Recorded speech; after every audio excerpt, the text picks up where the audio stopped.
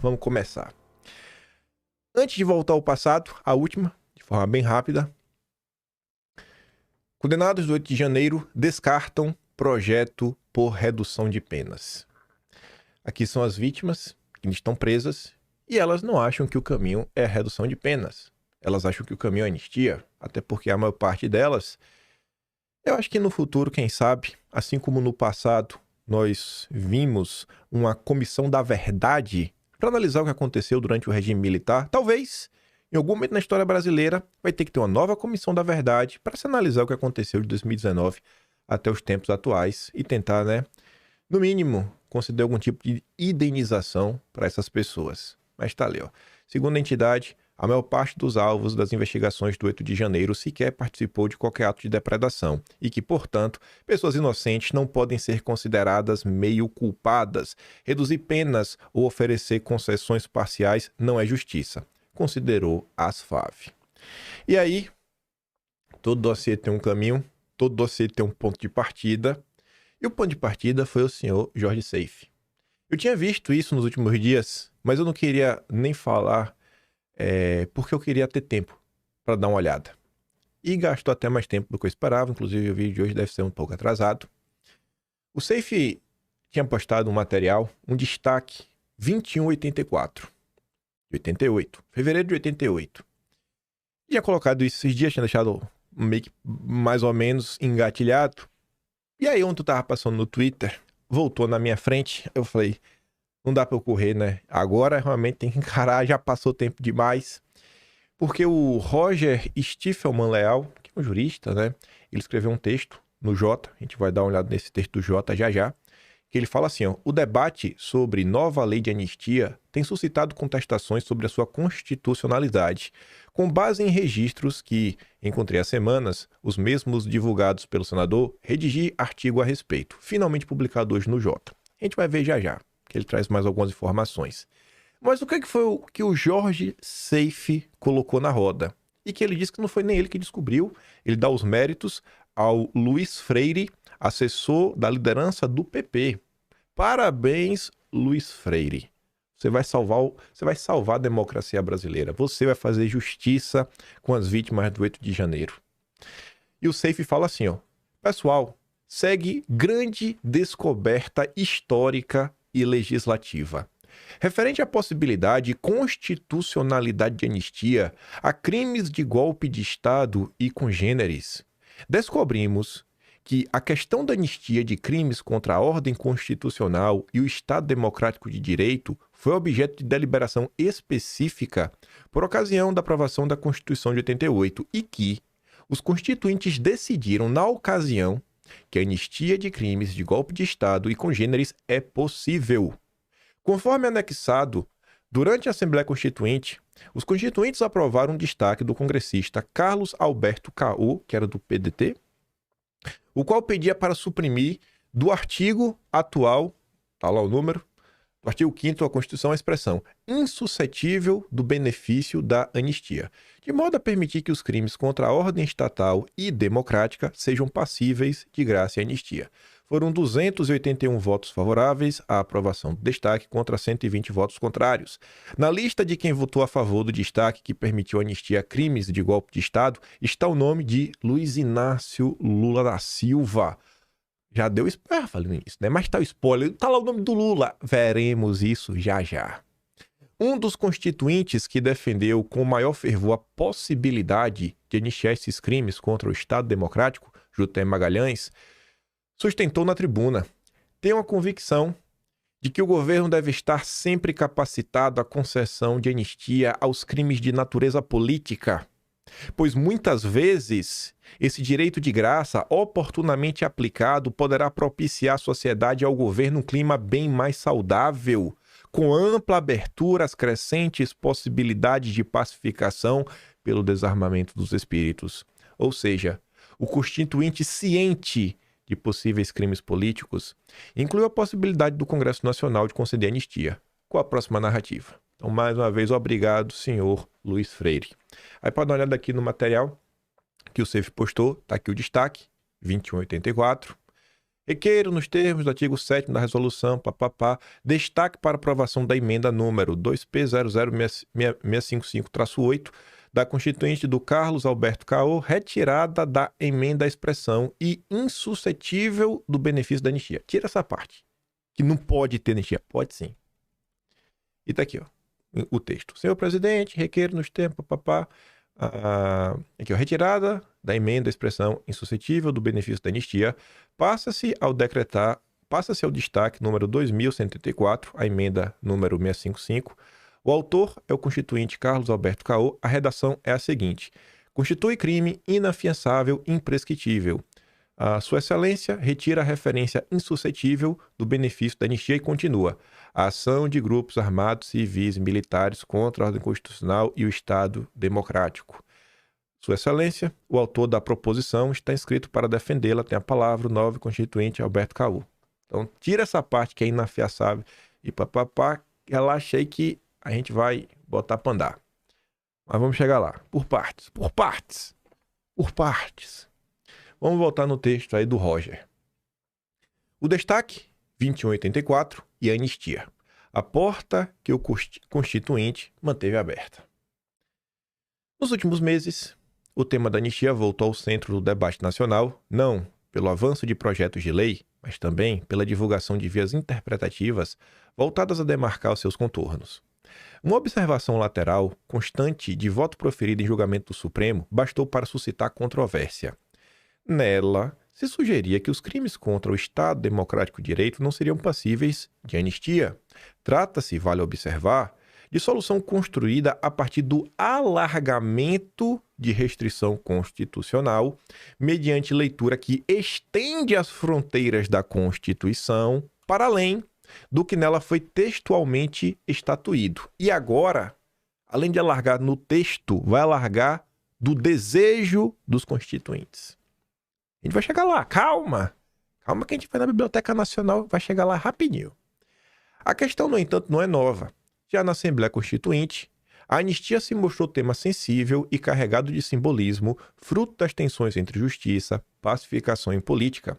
Mobilizou à época discursos e manifestações nas quais a memória recente sobre as agruras do regime anterior se entrelaçava ao desejo de uma democracia que aprendesse com as feridas do passado. Fazia-se indispensável conjugar a necessidade de responsabilização com as exigências de reconciliação nacional. O espírito que pautou a decisão adotada sobre o tema pode ser encontrado no discurso de vários constituintes. Jutaí Magalhães, por exemplo, asseverou ter se manifestado reiteradamente contra as propostas que buscam impedir a concessão de anistia, salvo se tratando do crime de tortura.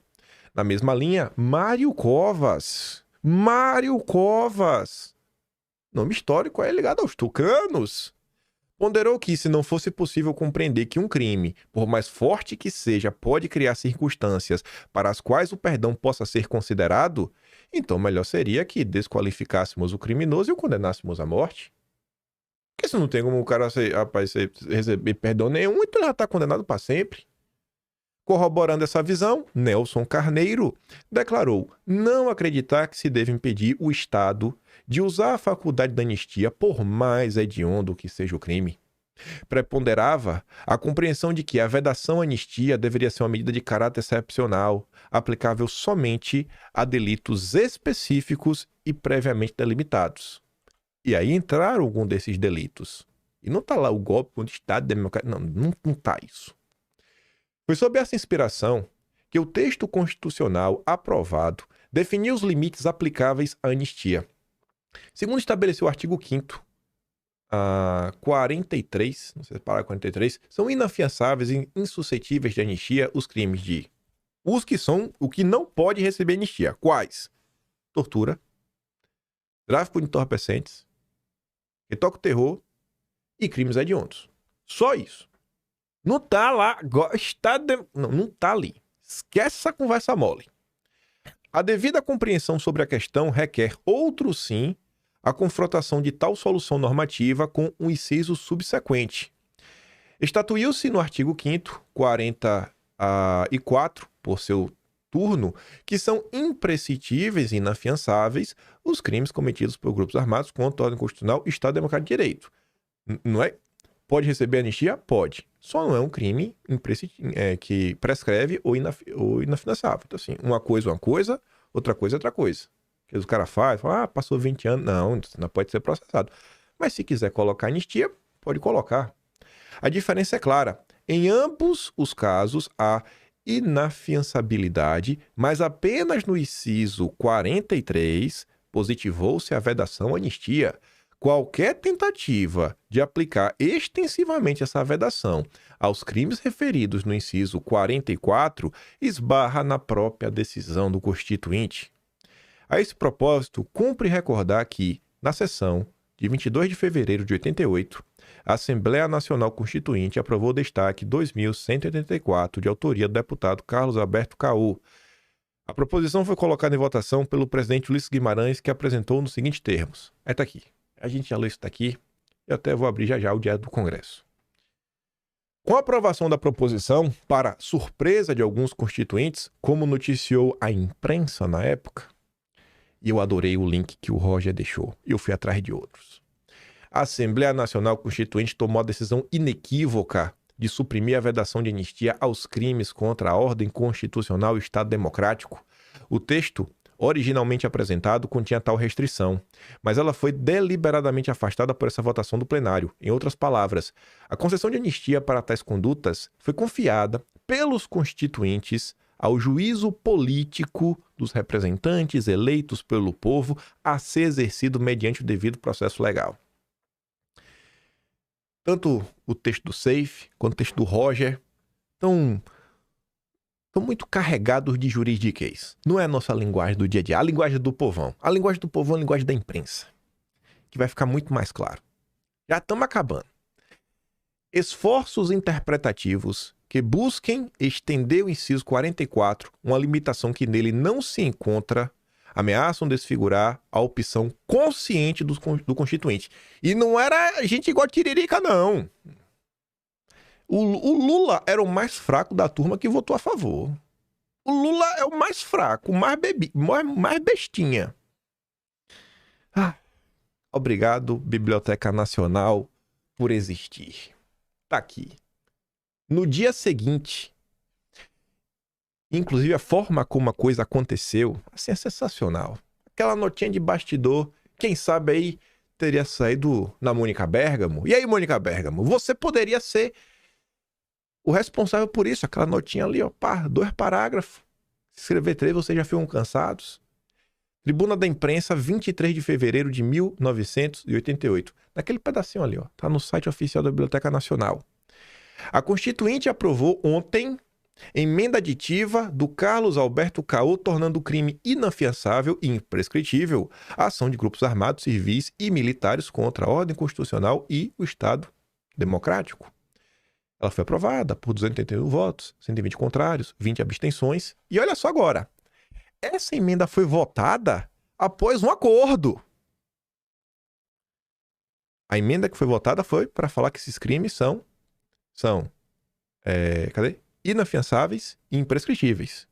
Crimes de grupos armados contra a ordem constitucional e o Estado democrático. Isso foi votado após um acordo. Com o acordo, tendo Carlos Alberto retirado de seu texto original parte que tornava também insuscetível de anistia a ação de grupos armados. Eu vou tirar... Tiramos a parte que tornava insuscetível de anistia. A gente tirou a parte que proibia anistia. Tá claro? Tá claro?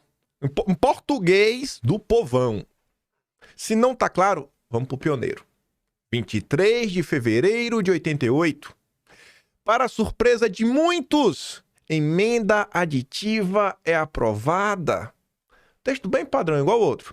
A Constituinte aprovou ontem emenda aditiva de Carlos Alberto Caú, tornando crime inafiançável e imprescritível a ação de grupos armados, civis e militares contra a ordem constitucional e o Estado democrático. Aí vem, 281 votos favoráveis, 120 votos contra, 20 abstenções. A emenda foi votada depois do acordo entre as diversas lideranças, tendo Carlos Alberto Caú retirado do texto original a parte que tornava também insuscetível de anistia a ação de grupos armados. Tiramos essa parte, porque tem que ter anistia. Pode ter. Foi o que a gente fez. Foram os constituintes, irmão. Os pais fundadores da Sexta República. Agora eu fui pro Monte Olimpo, viu? O Monte Olimpo agora vai ter que seguir a Constituição. Na justificativa da proposta, o constituinte afirmou que seu objetivo era o de garantir que a transição democrática se realize dentro da ordem e da liberdade sem a utilização de movimentos armados ou de qualquer origem. E olha só, nenhum orador se inscreveu para falar contra a emenda, que acabou aprovada para surpresa de alguns constituintes. Ninguém estava esperando isso. Ninguém falou contra, todo mundo falou a favor. Já que, olha só, todas as emendas aditivas até então votadas haviam sido rejeitadas por não atingir os 280 votos. Nada estava sendo aprovado. Essa foi. Fizeram rejeitaram várias emendas de destaques, mas essa daqui, para permitir anistia, essa passou. E o povo ficou assim, ó. E aí o companheiro Roger ali, que escreveu no Jota, ele foi atrás de uma matéria ainda melhor. A do Roger tem um gostinho especial, porque é dos golpistas do jornal Estado de São Paulo, Estadão. O jornal da família Mesquita, a família mais golpista da história deste país. Ação de grupo armado, agora crime inafiançável. O mesmo texto e diz, ó, a emenda foi votada depois de acordo entre as diversas lideranças, tendo Carlos Alberto Caô retirado seu texto original à parte, que tornava também suscetível de anistia a ação de grupos armados. Eu vou tirar, viu, gente, a parte aqui que proíbe anistia para o grupo. Pronto! Nenhum orador se inscreveu para falar contra a emenda, que acabou aprovada para surpresa de alguns constituintes, já que todas as emendas aditivas até então foram rejeitadas por não atingir os 280 votos. De 420 pessoas, 280 votaram a favor. Era a PEC da época. Veja só, hein? E aí agora? Mas calma que fica melhor. Só porque quem tá falando do Estadão, eu espero hoje, aqui agora, deputados da direita brasileira, realizem o meu sonho. Expor o Estadão, lembrar do passado golpista deste jornal, explicando por que a família Mesquita é a família mais golpista deste país, envolvida dentro do golpe de Estado da República, esses desgraçados que tá ali, ó, golpistas não merecem perdão. Merece, porque vocês mesmos noticiaram no dia 23 de fevereiro de 1988. Então cala a boca, que vocês serão responsabilizados um dia nesta vida. Vocês e a família Marinho. Tá ali, ó. Concordo com a frase, golpista não merece perdão. Todos os jornalistas do Estadão devem perder o emprego e fechar o jornal golpista. Parabéns, Alan dos Santos. Menos que isso aqui, não dá para tratar o Estadão. Mas vamos voltar. Fico nervoso com o Estadão. Diário da Assembleia Nacional Constituinte. Vamos dar uma olhada?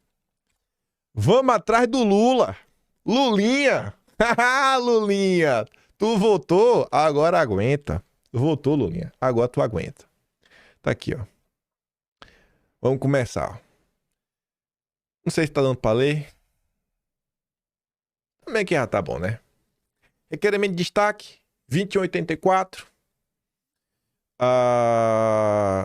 Aqui, né? O texto lá, o print que a gente já tinha mostrado mais cedo, ó, Sua Excelência retira a referência insuscetível do benefício da anistia e continua, né? Vai lá. Aí tem aqui o Carlos Alberto Caô, seu presidente, seus constituintes, estou aguardando que sejam concluídas as manifestações do José Genuíno, do PT. Ei, Genuíno. Ah, esse Genuíno, viu? Liz Guimarães. Não, nós aqui estamos aguardando a palavra de Vossa Excelência. Pode falar, tá bom. Seu presidente, nobres constituintes, seu relator, constituinte Bernardo Cabral. Eu tenho um grande apreço pelo Bernardo Cabral. E ele votou sim. Gosto de você ainda mais, Bernardo Cabral. O destaque é a emenda que ora submetemos. Aí tá lá 3 pontinhos. Peço atenção da casa para o orador. A apreciação deste plenário está diretamente relacionada com a conclusão do processo de transição democrática, através da promulgação de uma Constituição que estabeleça as bases para a experiência, prática e a convivência democrática. Este é o desafio que está colocado diante de todos, independentemente de nossas siglas partidárias, bem como independentemente das concepções ideológicas de cada um de nós assuma no que se refere à organização do Estado, da sociedade, da economia. Postando na possibilidade, às vésperas, vai ver aquele discurso, né? Toda a ladainha. Outra fonte de inspiração é exatamente a experiência histórica dos países recém-saídos de regimes autoritários. Então, veja só, a turma que hoje aí tá no pitaco, não é porque vai acontecer isso que outro. Não. Esses rapazes aqui viveram numa época de autoritarismo, o mundo bipolar, né, ditaduras, e ainda assim eles votaram para permitir a anistia. Aí fala, custou da Espanha, portuguesa, grega, cria uma instituição desse mecanismo de defesa do Estado democrático e da sociedade civil democrática. Quando esse destaque e essa emenda se referem à necessidade de estabelecer e se definir como crime ação de grupos armados civis ou militares contra a ordem constitucional e contra o Estado democrático, nós também defendendo, sobretudo, o exercício do direito à cidadania. Estamos defendendo de modo especial a mais ampla manifestação dos organismos, dos órgãos e dos movimentos criados e gerados pela sociedade civil. Não se trata, portanto, senhor presidente, de defender apenas formalmente a organização representativa. Trata-se de estabelecer, através da Constituição, que os mecanismos de participação popular que hão de transformar a democracia brasileira na democracia governante, na feliz definição de Jorge Bourdieu, estejam assegurados através da aprovação desse destaque, dessa emenda. A promessa e a aposta que nós realizamos é a viabilidade de termos, através desses mecanismos, a possibilidade e a perspectiva de realizar a revolução democrática dentro da ordem capitalista, efetivando as transformações sociais dentro da ordem. Então, o cara é meio lacrador, né? Este é o princípio em que se lastreia a nossa emenda e o nosso destaque. Por isso pedimos a aprovação. Aí está Luiz Guimarães, a proposição de caô, com a expressão que Sua Excelência retirou, que é de conhecimento da casa, tem parecer favorável do relator. O relator, Bernardo Cabral, brabíssimo. Esse cara, vou falar dele já, para quem não lembra dele. Voltaremos à proposição do constituinte Carlos Alberto Caô. Registrem os códigos de votação. Sim, aprova o destaque, ou seja, aprova para permitir anistia. Não rejeita. A possibilidade de abstenção. Acionem simultaneamente o botão preto no painel e a chave sob a bancada, mantendo-os pressionados até que as luzes se apaguem. Procede a votação. Votou. Resultado: 280 sim, 120 não, abstenção 20. Quem votou sim, votou pela anistia. Vamos lá. Aí eu separei aqui o nome. Tem vários nomes. Sim, não, abstenção, sim, não, papapá, pipipi. Aí vem pra cá. Quem é Bernardo Cabral? Além de relator da Constituinte, o Bernardo Cabral, ele teve um papel importantíssimo no Brasil contra o Instituto Hudson e o projeto dos Grandes Lagos, que visava basicamente dividir a Amazônia com vários lagos, que já são meio que espécie de uma fronteira natural, dividir para conquistar, né? Tu já entendeu o processo. Foi um ataque gratuito à soberania nacional brasileira, que graças a Deus o Bernardo Cabral ficou contra. Um deputado lá do Amazonas, e que, mais uma vez, está do lado certo da história. Parabéns, Bernardo Cabral. O senhor é brabo. Aquele ali, me parece, posso estar errado, mas me parece que é o pai de Rodrigo Maia, né? César Maia. Sim. Eita! E aí, Rodrigo Maia? Esse é teu pai, é? César Maia? Que votou sim? Ah, pai. Pai do Rodrigo Maia, viu? Aí vamos pra cá. Deixa eu dar um zoom maior pra gente não pular o nome nem. Não dá pra dar um zoom mais do que isso, não. Eita, olha esse aqui de amarelo. Fernando Henrique Cardoso. É esse aqui que chamam de FHC? Ex-presidente? Um dos piores de todos. Ele votou pela anistia também, hein? E agora? A opinião de FHC não vale mais? Ah, FHC. Oxente. Não é possível. Quem é esse aqui? Eu não tinha visto. Geraldo Alckmin Filho. Já pensei no Wikipedia, eu não tinha visto esse nome. Tô falando sério, não tinha visto não. Eu li rápido. Geraldo Alckmin Filho. Deixa eu ver quem é. Não é possível. Não é possível. Não, não é possível.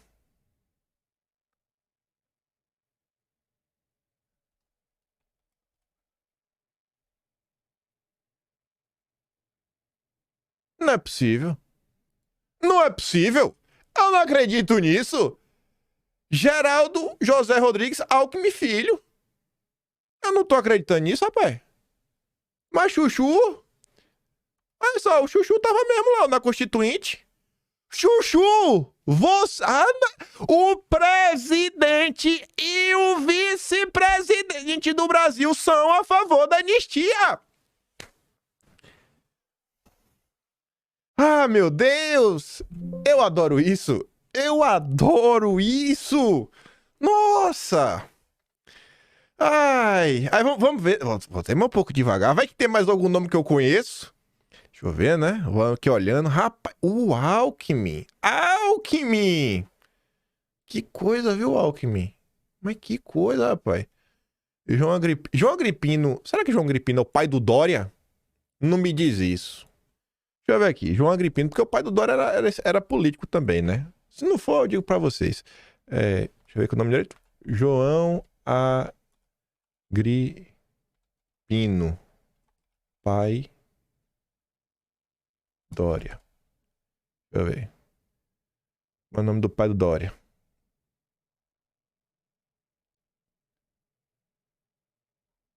Qual era o nome do João Dória?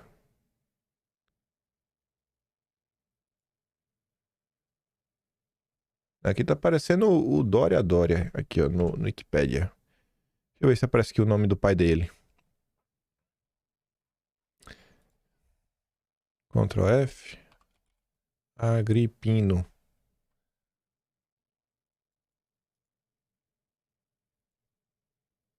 Deixa eu ver aqui.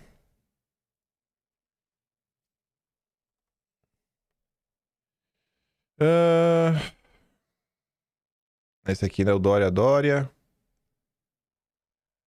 João Agripino. Constituinte. Deixa eu ver. É isso aqui mesmo, ó, João Agripino. Eu acho que o pai do Dória, viu? Não. Deputado federal, senador e governador da Paraíba. Eu acho que é outro, viu? João Agripino. Será que esse aqui é o pai? Não é o pai do Dória, não. Acho que é outro. Ah, enfim. Esse aqui não é o pai do Dória, não. Mas o outro era o Alckmin, viu? O outro era o Alckmin.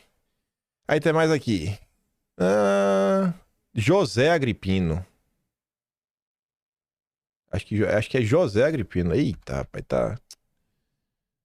O pai do Dória é José Agripino, né? Não, João Agripino também. É o nome completo do Dória. Ah, deixa eu ver aqui. José Agripino.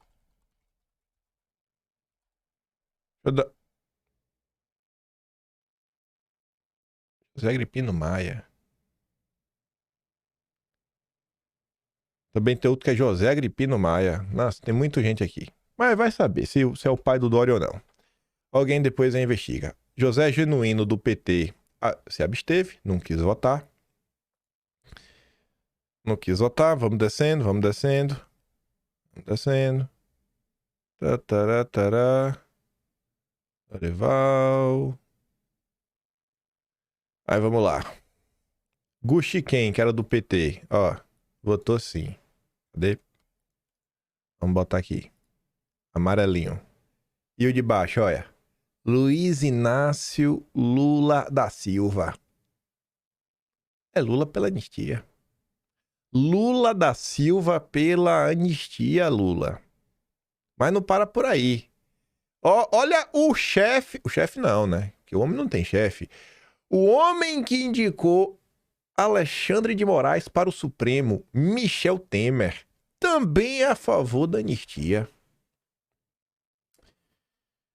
O ex-ministro do Supremo, Nelson Jobim, também é a favor da anistia? Rapaz. E aí? E aí? E agora, hein? E agora? Agora vai ter que ter anistia, né, gente? Agora não tem mais o que fazer. Mas que coisa. Aí tem mais nome aqui também, ó. Tem que parar pra dar uma olhada. Vai ter aquela declaração de voto. Aí o pessoal ainda falando de destaque. Fernando Lira, os constituintes votaram a favor. Papapá. Deixa eu dar um... Olha o Nelson Jobim, ó. Vamos ver o que o Nelson Jobim falou. Dentro do bloco, não destacadas, posição a votar contra o bloco, que é a emenda 773, aqui já é outra coisa já. Aqui ele já tá falando de outra coisa, o Nelson Jobim. Aqui o Jutem Magalhães. Aqui ele tá falando aqui. Neste plenário, temos manifestado reiteradamente contra as propostas que buscam impedir a concessão de anistia em determinados casos, salvo se tratando do crime de tortura, mesmo de inspiração política, mas profundamente atentatório à dignidade da pessoa humana. Tenho a convicção de que o governo deve estar sempre capacitado à concessão de anistia aos crimes de natureza política, pois muitas vezes esse direito de graça, oportunamente aplicado, poderá propiciar à sociedade e ao governo um clima bem mais saudável, com ampla abertura às crescentes possibilidades de pacificação pelo desarmamento dos espíritos. Temos tido em nossa história claros exemplos desses resultados altamente positivos da anistia. Em 1945, com o retorno de dezenas de políticos exilados da República Velha, dentre os quais a figura singular de Otávio Mangabeira, a própria Revolução de 32 terminou com o armistício trocado pelo atendimento aos ideais revolucionários, convocado da Constituição de 34, mais recentemente do governo do Kubitschek, em 55, foram anistiados os revolucionários de Aragarças e Jacareacanga, verificando-se a mais completa pacificação política do país até 1960. Finalmente, tivemos a anistia concedida pelo presidente Figueiredo, exigência do povo brasileiro. Não podemos esquecer o que ocorreu recentemente no Rio, quando o atentado do ônibus Sarney foram rapidamente esquecidas com as explicações políticas e institucionais, esquecida aquela hostilidade que misturou fomentadores da baderna e pessoas inocentes. Ao relembrar esses fatos, quero marcar minha posição no sentido de que acompanharei e votarei os dispositivos constitucionais referente à matéria defendendo a anistia em sua atual graça, soberano direito de graça, perpétuo silêncio dos atos praticados. Era o que eu tinha a dizer, senhor presidente. E aí? E aí, amigo? Fala aí agora da anistia. Deixa eu dar uma pausa aqui. Eu não pesquisei. Deixa eu ver se a Globo noticiou na época. Deixa eu dar uma pausa aqui. Só mostrar logo, né? Só mostrar logo. Jornal O Globo, País, página 3, 23 de fevereiro de 1988. Essa aqui era a página da Globo. Olha cá, ó. Carta prevê rigor contra a ação de grupos armados. E o que é que fala? A mesma coisa que a gente já viu nas outras notas, ó. Ao encerrar ontem a votação dos artigos que tratavam dos direitos e garantias individuais da Assembleia Nacional Constituinte, aprovou a emenda que considera crime inafiançável e prescritível a ação de grupos armados, civis e militares contra a ordem constitucional do Estado de Direito. Foi a única emenda aditiva ao capítulo 1 do título 2 aprovada. Hoje, o plenário começa a votar o capítulo 2, que trata dos direitos sociais. Ao encaminhar a emenda, seu autor, o deputado Carlos Alberto Oliveira, do PDT do Rio de Janeiro, afirmou que a transição democrática pode se realizar através da ordem sem a utilização de movimentos armados. Para conseguir aprovação, ele retirou do texto... Obrigado, Rede Globo! O melhor de todos os textos foi o da Rede Globo, porque, nossa, insuscetível. Insuscetível é uma palavra muito difícil. Eu não gosto dessa palavra. Vamos dar um zoom gigantesco aqui. Vamos dar um zoom gigantesco. Para conseguir aprovação, ele retirou do texto a parte que impedia a anistia para esse crime. Palavras que todos entendem. Obrigado, Rede Globo. Tá aí. Tá aí. Mais um. Mais um! A Globo, o Estadão, o Lula, Michel Temer, Alckmin e FHC. Falta mais o quê? Vai me falar que o Olimpo sabe mais do que Lula, Alckmin, FHC e o Temer. E a Globo e o Estadão juntos. Aqui foi a vontade da maioria, né? Os pais fundadores da Sexta República Constituinte. Ai. Ainda tenho que aguentar gente como o senhor Flávio Morgenstern, né? São só prints. Só print, né, Flávio Morgenstern? Vocês aí, da sua tropa aí, vocês podiam estar comentando sobre isso, né, cara? A direita aí maravilhosa que me odeia. Posso fazer nada. Falta o quê? Só peço para você, de coração, nesse momento aqui, já abro a sessão. Se você achou, o que você achou de importante, às vezes volta. Não precisa nem compartilhar o vídeo se não quiser, mas bate um print, sabe? Traga isso para o debate público. Ajude a divulgar. Se alguém quiser saber com um pouco mais de detalhes, fala, não, o Kim falou sobre isso daí, mas não faço questão de receber o mérito, até porque eu não estou falando nada demais. O grande pai de tudo isso daqui, deixa eu pegar o nome dele aqui certinho de novo. Não, peraí. Até voltar aqui já. Foi o cara ali, ó. O Luiz Freire, assessor da liderança do PP. Esse é o... Se nós chegamos até aqui, foi por causa desse cara aí, ó. Foi porque ele achou isso. Ele achou, o Safe postou, o Roger compartilhou de novo, senti que eu tinha que comentar sobre isso e cá estamos. Vai pro Atlas, né, também. Mês passado já teve o doce da anistia. Ainda não teve a parte 2 da anistia, que foi desenrolada antes de 79, mas cá estamos nós. Vamos continuar. Não vai dar pra nem comentar. Ainda tinha mais um relembrar e viver na segunda parte do vídeo hoje sobre Bolsonaro, mas acho que não chegaremos até lá. Pois bem, para falar agora dos homens que dizem que a anistia é inconstitucional, um deles, o senhor Gilmar Mendes, estava ontem no lead do Dória, defendendo que o Congresso aprove lei anti-embargos contra os Estados Unidos. Essa aqui não é inconstitucional, né? Decano do Supremo diz que a aplicação da lei Magnitsky sobre autoridades brasileiras se deve, em parte, à dependência do país de Big Techs americanas. O decano, Gilmar Mendes, definiu nesta terça que o Congresso discute e aprove a lei anti-embargos para fazer frente a sanções potenciais e tarifas secundárias impostas pelo Trump ao Brasil. O objetivo, explicou o ministro, seria proteger as autoridades e também aquelas chamadas entidades que sofrem sanções secundárias, como bancos e prestadores de serviços. Mendes citou a aplicação da Magnitsky e a restritividade do visto americano, do Padilha. Ele, na verdade, ele teve o visto. O visto dele foi para rodar em 5 quarteirões, né? Ele podia ir, mas parece que ele queria fazer compras em Nova York, né? Ontem o Poder 360 noticiou que Lulinha quer salvar Moraes de Magnitsky ao negociar com Trump. Vai estar na roda aí, né, dos objetivos do Lula negociar para salvar a democracia brasileira. Bom, aí o Renato comenta, não é surreal o Lula achar que está em posição de negociar alguma coisa. O pior nem é isso, é ver a Faria Lima acreditar. A turma do Dedé. Se o Lula quer salvar Moraes, Eduardo e Paulo Figueiredo querem sancionar mais ministros.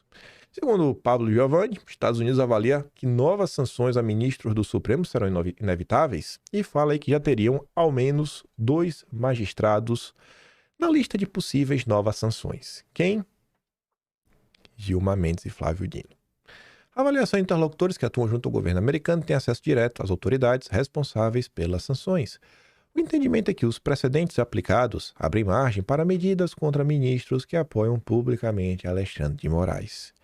Entre os nomes que chegaram à mesa do governo americano por sugestão desses interlocutores estão Flávio Dino e Gilmar Mendes. Falando do Flávio... esqueci. Antes de falar do Flávio Dino, só um breve parêntese. A Bela Megali ontem comentou que o canal direto entre Lula e Fachin, o novo presidente do Supremo. Muita gente acha que vai mudar o presidente, mas vai mudar nada. Bom, essa opinião parece que ela é sensata. Segundo a Bela Megali, discreto e avesso a articulações políticas, o novo presidente do Supremo, Edson Fachin, tem canal direto com Lula. Integrantes do governo próximos ao chefe do executivo garantem que não haverá interlocutores entre ambos e que Lula e Fachin possuem proximidade e liberdade para conversar diretamente. A relação vem de antes do ministro assumir o comando do judiciário. Uma longa relação de amizade. Mas agora falando do Flávio Dino e falando de amizade, mas talvez de uma amizade um pouco mais recente, ainda não é... meu Deus, eu tô empolgado com a questão da anistia ali atrás. Ficou fora de ordem. É amizade aqui, ó. Pronto, só pra eu falar. Olha lá. Que sorriso bonito aí. Eita, rapaz, no lead, mas vamos voltar. Só para um aviso rápido, né? O Flávio Dino, que abriu aí um inquérito para investigar os possíveis crimes de Bolsonaro durante o Fica em Casa e que teriam lá, né, sido catalogados, identificados pela CPI do circo. Ele disse que vai analisar os crimes de Bolsonaro com imparcialidade. Eu não esperava outra coisa de um ministro técnico, 100% técnico, tudo muito técnico. Aí, continuando na técnica, Olha o João Dória. O ministro Dino deu um verdadeiro show no terceiro Brasília Summit. Em sua fala abordou tecnologia, inteligência artificial, os desafios das fake news, mostrando como o Brasil pode avançar com inovação, mas com responsabilidade. Aí o Caião brinca, no final do dia, todos eles acabam sendo a mesma coisa. E são o quê? O anti-Lula, o anti-PT. O Dória já foi o antipetista, o Alckmin já foi o antipetista. Ai, quem é o que pensa como vai atuar Geraldo Alckmin, o escolhido do PSDB para enfrentar o presidente nas urnas? E para falar sobre ainda energia, né? E sobre o movimento antipetista, que está tentando mais uma vez se reciclar, vamos dar um bisu aí a algumas coisinhas que andaram rolando. Ontem, cabeça de caixa d'água, conhecido como Ciro Nogueira, que está cada dia a marcar olho. Eu não sei o que está acontecendo com ele. Está num processo aí de virar o Nestor Severo. Era assim, Nestor, né? É o Severo, aquele dos 8 tortos da Petrobras. Foi lá na Globo News. Lacrar e fala loucura. Estamos perdendo muito tempo e muito esforço nessas discussões inúteis que só fazem nos dividir. Ciro Nogueira está preocupado com a divisão da direita. Cadê meu telefone? Vamos ouvir, né? É momento de união, gente. Pelo amor de Deus. Vocês aí dividem na direita, pô. Momento de união, pô. Ai, ai. Cadê? Vai lá, Ciro. Eu odeio quando faço isso. Dou play. Eu tento dar play, não dá play. Eu não tô dando play. Deixa eu dar pausa pra não gastar o tempo de vocês. Pronto, voltei. No final de semana, o senhor disse que, abre aspas, já está passando de todos os limites a falta de bom senso na direita, fecha aspas. E aí eu fiquei com a dúvida de quem o senhor estava falando, sobre quem o senhor estava falando. Boa tarde, é um prazer estar com você. Eu acho que é para o centro e a direita como um todo, não foi especificamente contra ninguém. Que houvesse uma união, uma discussão interna nos partidos que compõem essa base política, para que a gente centre esforços no nosso principal adversário, que é o Partido dos Trabalhadores e o presidente Lula. Eu acho que nós estamos perdendo muito tempo e muito esforço nessas discussões inúteis que só faziam nos dividir. Eu tenho certeza que depois desse alerta, pelas conversas que eu tive com todos os presidentes de partido, com as principais lideranças, acho que nós vamos ter um processo de unificação desse projeto político para 2026. O senhor chega ao ponto de falar isso, o que levou? Se o senhor puder explicar para o assinante, porque o senhor acompanha a política dia a dia, todos esses episódios, mais parece uma novela. Mas qual que foi a gota d'água para levar o senhor a falar isso, na visão política do senhor? Aí nós temos dois aspectos, André. Tanto essas discussões inúteis por disputa de espaços, né, de visões diferentes, que isso é natural e nós temos que respeitar. Também há uma tentativa na máquina do próprio governo de ressaltar muito essas discussões e essas divergências. Mas eu acredito que pelas conversas que eu tive nos últimos 4 dias, e estamos ter até o final dessa semana, o processo de unificação desse projeto é irreversível. O projeto é reversível, né? Qual o projeto? Agora vamos saber qual o projeto do Ciro Nogueira. Vamos saber qual o projeto dele. Tô esquecendo dos meandros do vídeo. Ainda esperando os medalhões da democracia e o pessoal da União da Direita, né? E o Ciro Nogueira, se pronunciarem diante de mais de 100 horas da prisão ilegal de Jair Bolsonaro e de todos os outros absurdos dos últimos dias. Até agora, absolutamente nada. Você caiu aqui de paraquedas. Bolsonaro tá preso no inquérito que ele não foi denunciado. O Gondê não viu nada de errado. Foi só um pai ajudando o filho. E as cautelares que levaram o Bolsonaro à prisão domiciliar, tornozeleira, não poder usar a rede social, são dentro desse inquérito. Assim, já que ele não foi denunciado, era pra ele estar solto. E não tá. E ninguém comenta sobre isso. A defesa já pediu. E eu acho que a defesa nem precisava ter pedido. Era pra ter sido feito de ofício. Mas disso daqui o Ciro Nogueira não fala. Ele fala do projeto. Que ele falou com os presidentes dos partidos e tudo vai avançar. Tá aqui, ó. Ciro Nogueira diz que beira o impossível. Tarcísio não querer ser candidato a presidente em 26 e afirma Se criarmos esse ambiente político em que todos os partidos de centro vão apoiar, ele é imbatível.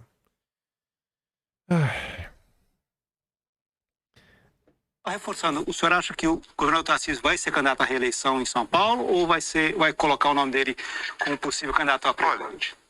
Eu estava presente no dia que o governador Tarcísio, no Palácio Planalto ainda, foi chamado para Bolsonaro para discutir a candidatura dele. O Tarcísio ia ser candidato eleito, praticamente nomeado por Goiás, com apoio do governador Caiado, e o presidente Bolsonaro deu a missão dele disputar o governo, ele nem discutiu, cumpriu essa missão.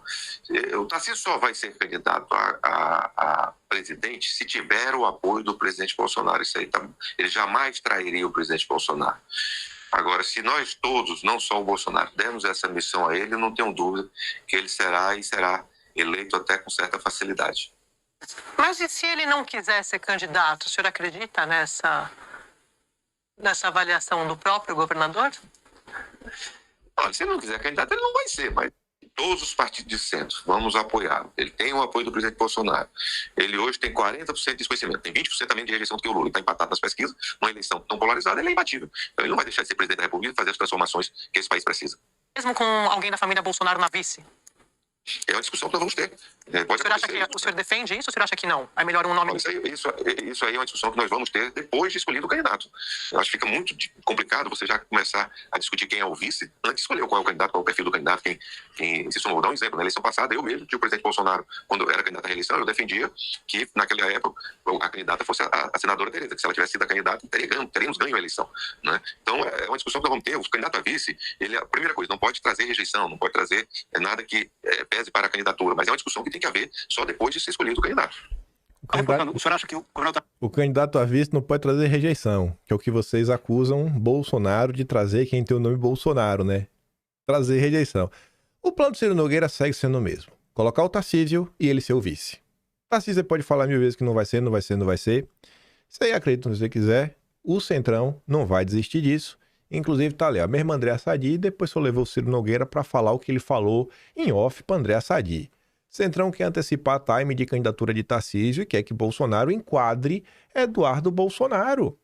Ninguém com poder de fato no Centrão ou entre empresários que têm acesso ao Tarcísio acredita na versão que o governador desistiu de ser candidato à presidência.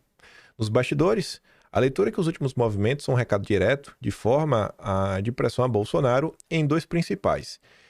Que o ex-presidente enquadre seu filho e que o time da indicação para 26 seja antecipado para já.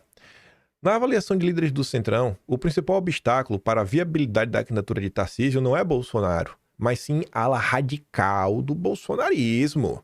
Liderada pelo Eduardo Bolsonaro, Bolsonaro que é problema para Tarcísio não é o Jair, é o Eduardo, diz um cacique do Centrão, Ciro Nogueira. Tarcísio é alvo constante dessa ala, que gostaria que ele sinalizasse mais radicalismo. Radicalismo, assim, Tarcísio, nomeia alguém, cara, de direita, sabe? Ai, como é radical!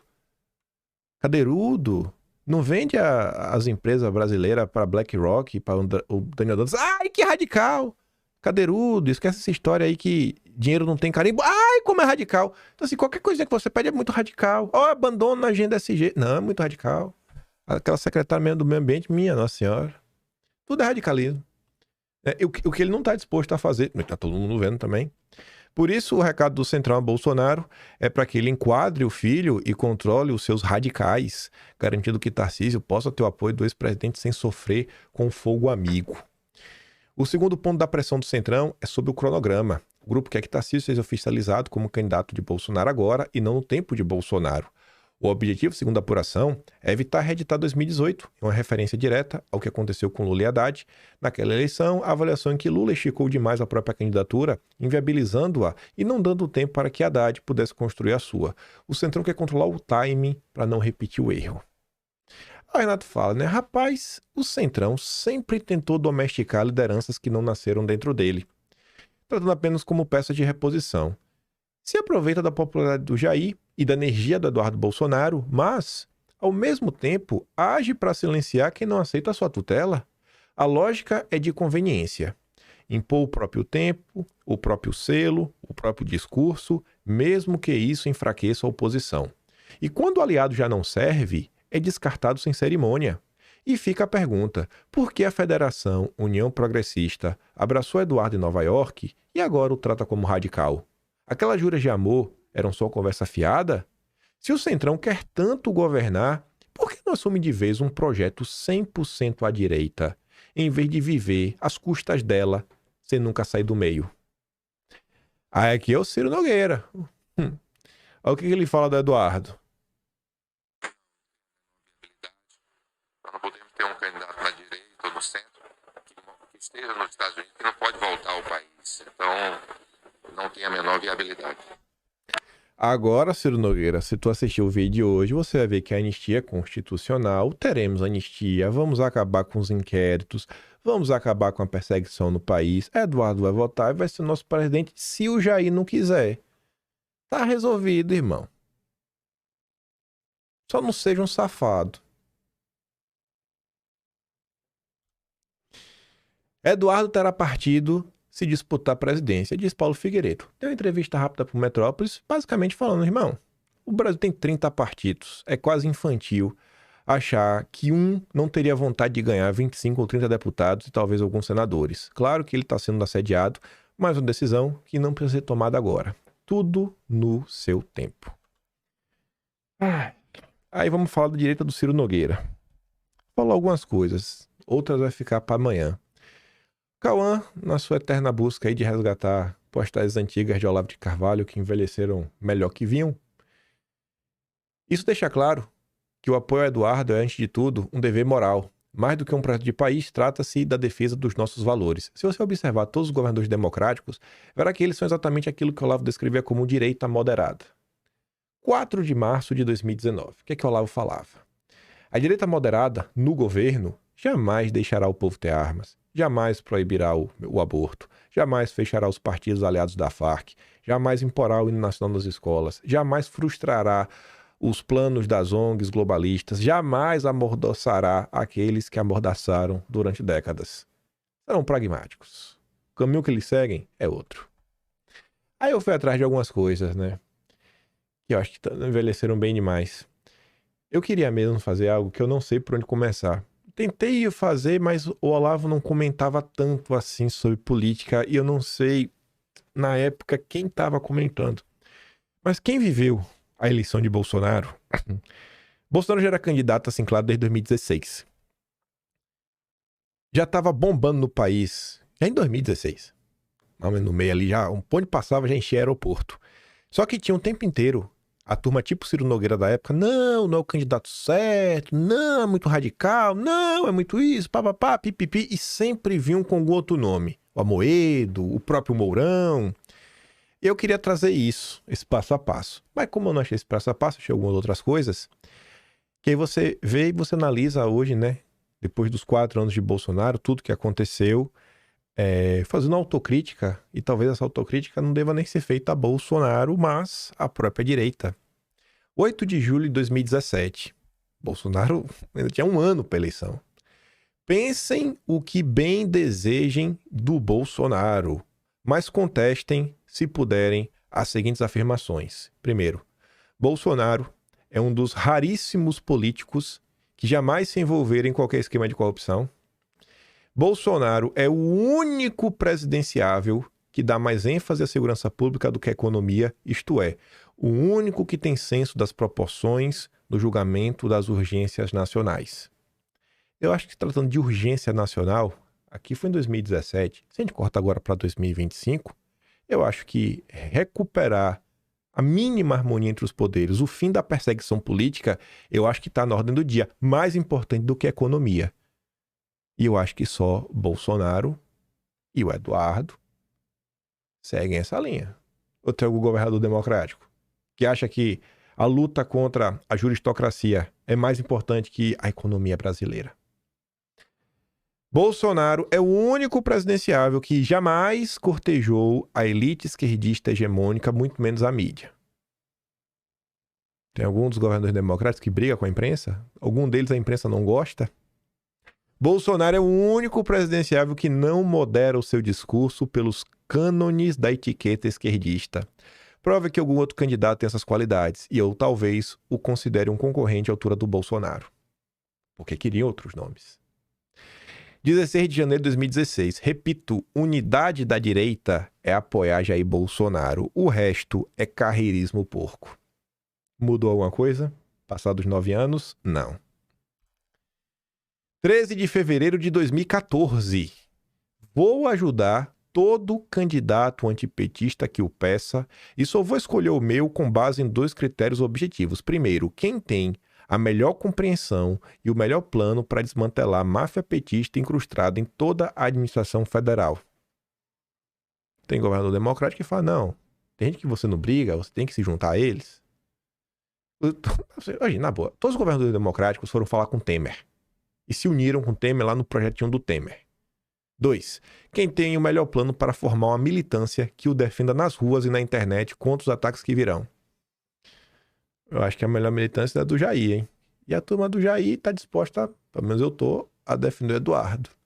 A primeira obrigação do futuro presidente será provar que é capaz de permanecer no poder e exercê-lo. Se fizer só isso, já será uma vitória. 21 de agosto de 2017. É minha obrigação dar um panorama realista do estado de coisas a qualquer candidato que deseje sinceramente aprender, mas não creio que nenhum outro deseje, senão o capitão Bolsonaro. Todo mundo pode aprender. Mas quem que realmente quer entender o que está acontecendo? O estado das coisas do Brasil? Quem está disposto a olhar? Será que o seu Sabatinal Tarcísio, o Romeu Zema, o Ronaldo Caiado, o Ratinho Júnior, sobre a CPMI das fake news, as primeiras buscas e apreensões, com base no depoimento de quem o ministro Moraes tomou suas decisões, perguntar sobre o caso do Felipe Martins, perguntar sobre outros casos. Será que eles estão dispostos a entender, ter um panorama da situação? Pergunto, né? 19 de janeiro de 2016. Mostre-me um político de direita ou de esquerda que em todas as cidades seja recebido com entusiasmo e o carinho que cercam Bolsonaro e admitirei que eu estou errado. Porque a galera não queria. Não, Bolsonaro não, porque Bolsonaro é muito radical. Então você vê, Léo, olha o tweet seguinte. Bolsonaro pode ser grosso o quanto se queira, mas é um homem. O FHC é apenas uma mocinha com voz de homem, um salseiro de vez em quando. 7 de julho de 2017. Nada melhor para um candidato direitista do que ser criticado por uma parcela da direita como direitista demais. Tipo o Eduardo. O Eduardo é radical, é intransigente. 23 de junho de 2019. Aqui já era governo Bolsonaro. Nunca vi um moderado cobrar a moderação dos radicais comunistas, que só tem a seu serviço assassinos armados e quadrilhas de narcotraficantes. Só vem radicalismo perigoso no Olavo e no Bolsonaro.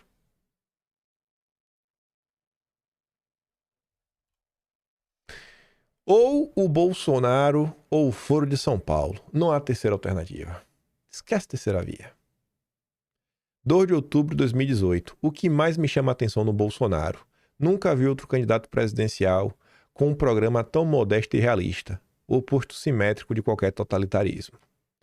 22 de fevereiro de 19. Só o Bolsonaro tem um projeto para o Brasil. Os outros não pensam no Brasil. Só pensam no Bolsonaro. Ah, Jair. Não. Bolsonaro não é o salvador da pátria. É apenas o salvador da honra nacional. E ele não falou isso daqui para desmerecer o Bolsonaro, não. Porque um ano depois, os que esperam mudar o Brasil, mediante a simples eleição de Bolsonaro à presidência, nada mais farão com isso, além de entregar o seu candidato aos leões. Onde é que está Bolsonaro hoje? Está preso.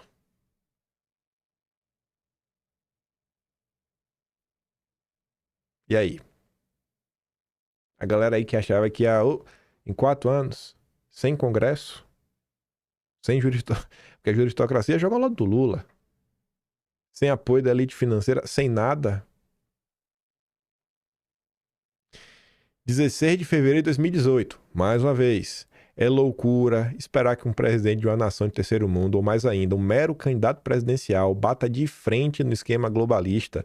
Isso talvez seja possível daqui a uns anos, quando o sistema de dominação mundial apresentar rachaduras mais fundas. Poxa, Olavo, se o senhor tivesse vivo hoje, Trump cortou o dinheiro da Alceide, cortou o dinheiro do Ned e tá indo pra cima dos Soros. As rachaduras vieram. Agora o que é preciso é paciência e ganhar força pouco a pouco, mediante acordos bilaterais com governos nacionalistas. A prioridade nacional é a segurança pública, não uma guerra maluca de autodestruição. E olha lá tá ali, os governos nacionalistas, tipo Trump, Orbán. É porque no Brasil o pessoal tem muito preconceito com isso aí. Sabe, é uma limitação que eu vejo parte da direita brasileira. Tudo é comunismo. É nacionalismo na cabeça da direita, tudo é comunismo. Tudo se não for o liberal, conservador, que acelera, que baixa a cabeça pro Partido Novo e os intelectuais de direita, nada presta.